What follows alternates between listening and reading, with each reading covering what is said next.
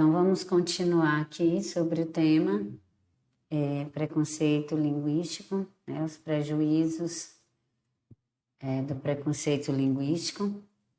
Como nós vimos aí, o modernismo ele tem um vasto repertório para ser usado. Coloquei aqui também o poema do Oswald de Andrade, Pronominais, que é também um repertório interessante para esse tema. Em seu poema intitulado Pronominais, Oswald de Andrade, importante nome do modernismo brasileiro, expõe a diversidade do uso da língua em função da situação comunicativa, fazendo referência à existência dentro da língua portuguesa de maneiras distintas de expressar uma mesma ideia, sem classificá-las necessariamente como certa ou errada. Então, ele coloca aí, dei-me um cigarro, diz a gramática do professor e do aluno, do mulato sabido, mas o bom negro e o bom branco da nação brasileira dizem todos os dias, deixa disso, camarada, me dá um cigarro. Então, ele fala da liberdade da fala, diferente da escrita, e que a gente pode utilizar, as duas podem conviver sem nenhum preconceito. Outro repertório interessante é a canção Samba do Ernesto, do Adoniran Barbosa, que reproduz um modo de falar que marca o segmento da sociedade, mais ainda o vocabulário específico do interior paulista. Apesar das inadequações, a música é totalmente compreensiva, não impedindo que o falante se comunique, né? Então, a gente observa que a língua ela exerce a função social dela, que é estabelecer um entendimento, uma comunicação.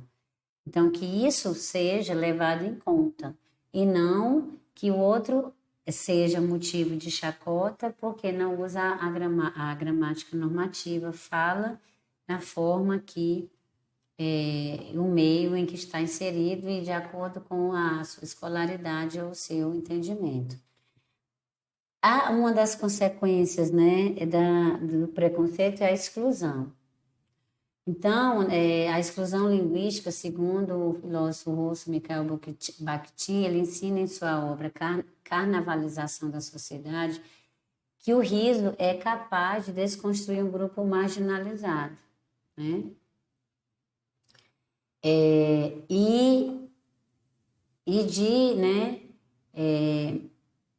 reafirmar o preconceito. Por quê? Porque visto que a mídia ela costuma atribuir caráter lúdico aos falares sociais e regionais de baixo prestígio, sobretudo nordestino. E esse problema ele assume contorno específico no Brasil. A gente observa muito isso, né? As pessoas contando piada, ridicularizando, pessoas que têm um sotaque nordestino, pessoa que fala de maneira nos vai, ridicularizando. Assim, isso colabora para a opressão social. Então, eu preciso entender os prejuízos que esse preconceito ele traz para as pessoas. Também a gente pode usar a história, né? No Brasil, o trabalho de imposição da língua foi bem feito, de maneira que é a língua homogênea da população. O extermínio dos índios fez desaparecer centenas de línguas, né? Hoje sobrevivem cerca de 180, mais faladas por muito pouca gente, algumas já em via de extinção. Durante boa parte do período colonial, a língua mais usada no Brasil foi a chamada língua geral, baseada no tupi antigo, que os jesuítas empregaram para catequizar os índios.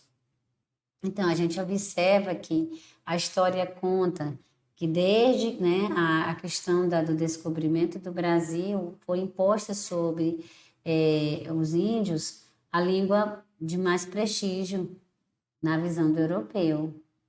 Então, não é uma coisa que está acontecendo hoje, tá? Outro repertório interessante é os quadrinhos, o Cebolinha, que é o personagem da Turma da Mônica, do Maurício de Souza, que tem dislalia infantil ou desvio de fala, que é motivo de chacota, porque ele fala, ele troca. Então, a gente precisa entender as especificidades dessas pessoas para que a gente não venha gerar preconceito. Depois que a gente entende isso, a gente vai organizar essas ideias, que eu chamo de projetando o meu texto. Eu já fiz minhas anotações, já escolhi meus argumentos, eu já refleti sobre o tema, agora eu vou organizar. Eu coloquei aqui o que a gente poderia usar no argumento 1 como prejuízo, né? As práticas preconceituosas. Essas práticas preconceituosas, elas contribuem, né, para o preconceito linguístico. E a raiz desse problema está na sociedade e na mídia como instituições mantenedoras desse preconceito linguístico. Essa sociedade, essa mídia, né, ela contribui aí dentro dos fatores sociais, regionais, econômicos, educacionais. A gente pode pensar em trabalhar um deles, falar sobre essas causas sociais, ou regionais, ou econômicas, ou educacionais. E como consequência desse argumento, a gente pode dizer que dessas práticas a persistência, né, dos estereótipos acerca das variantes negligenciadas socialmente. Então, o falar de quem mora na zona rural vai ser discriminada pelo falar da capital. Ou aquele que tem dinheiro, ele é mais prestigiado, utiliza a língua com mais propriedade, vai ter muito mais respaldo que quem não usa.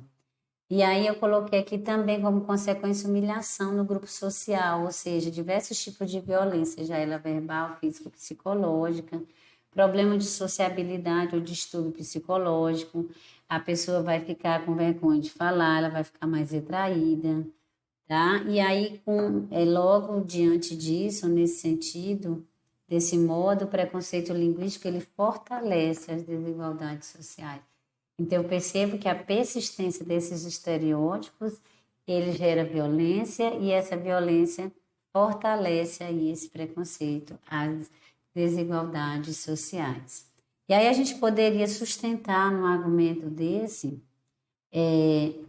esse repertório, tá? Que durante esse contexto histórico, que durante o processo de colonização brasileira, a repressão do falar português sobre os falares africanos e indígenas era uma das maneiras de garantir a hegemonia lusitana, sobrepujando a língua portuguesa às demais línguas. Então, a gente observa aí que a gente pode provar que há preconceito e é que esse preconceito ele é gerado como domínio de poder sobre o outro. Outro repertório interessante que também se encaixa dentro desse tema é a teoria de Evan Goldman, né? Evan Goldman, não sei ao certo como se chama, é um filósofo canadense que ele defende na teoria do estigma social que uma sociedade padronizada, aqueles que não se enquadram nos padrões prestigiados acabam estereotipados, né, e consequentemente excluídos socialmente. Então a gente vai perceber que nossa sociedade, ela através desses estereótipos, né, de que para a gramática normativa, quem não sabe falar vive à margem e é ridicularizado, então a gente percebe aí os estereótipos na forma de vestir, na forma de falar, na forma de andar. Então a gente está aí cercado dessas atitudes que precisam ser mudadas. E aí eu coloquei aqui como sugestão a proposta de intervenção, a primeira proposta, colocando aí o agente, cidadãos ou a mídia, tendo como ação, o cidadão deve repudiar a inferiorização das variantes de baixo prestígio, fazer programas apontando como os diferentes falares brasileiros contribuem para a identidade nacional, por meio de aulas temáticas, palestras, debate em programas televisivos, novelas, documentários. E o detalhamento seria combater a prevalência de uma variação sobre as demais, com a finalidade, né, o efeito de desconstruir esses estereótipos.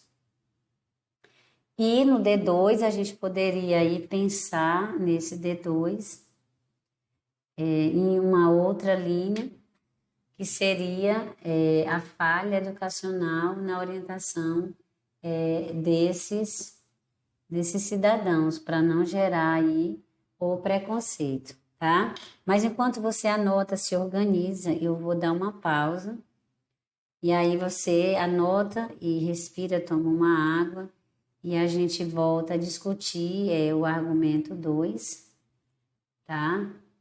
É importante que você organize direitinho o seu projetinho de texto e você faça inferências também e a gente volta já já.